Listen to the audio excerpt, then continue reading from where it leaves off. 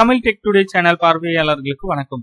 போதிய மழை பெய்யாததால் தமிழகத்தில் சென்னை உட்பட 24 மாவட்டங்களை வறட்சி மாவட்டமாக அறிவித்து தமிழக அரசு அரசாணை வெளியிட்டுள்ளது. தமிழகத்தில் கடந்த ஆண்டு வடகிழக்கு பருவ காலத்தில் பெய்த மழை அளவு பகுப்பாய்வு செய்யப்பட்டது. இதில் கோயம்புத்தூர், கன்னியாகுமரி, தேனி, தூத்துக்குடி, நெல்லை, திருப்பூர், நீலகிரி ஆகிய 7 மாவட்டங்களில் உள்ள 38 வட்டாரங்கள் பற்றாக்குறை மற்றும் மிக பற்றாக்குறை என்ற அளவில் மழை பொழிவை பெற்றுள்ளது. அங்கு நிலத்தடி நீர் குறைந்திருப்பதால் கோடை காலத்தில் நீரியல் வறட்சி ஏற்படும். எனவே இந்த வட்டாரங்கள் வறட்சி வட்டாரங்களாக அறிவிக்கப்பட்டுள்ளது.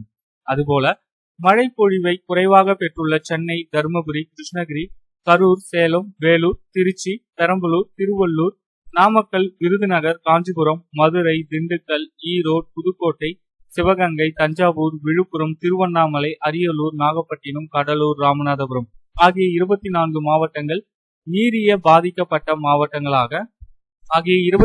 மாவட்டங்கள் நீரியல் வறட்சியால் பாதிக்கப்பட்ட மாவட்டங்களாக அறிவிக்கப்பட்டுள்ளது. இந்த அறிக்கை குறித்து உங்களுடைய கருத்துக்களை மறக்காம கமெண்ட் பண்ணுங்க. நன்றி, வணக்கம்.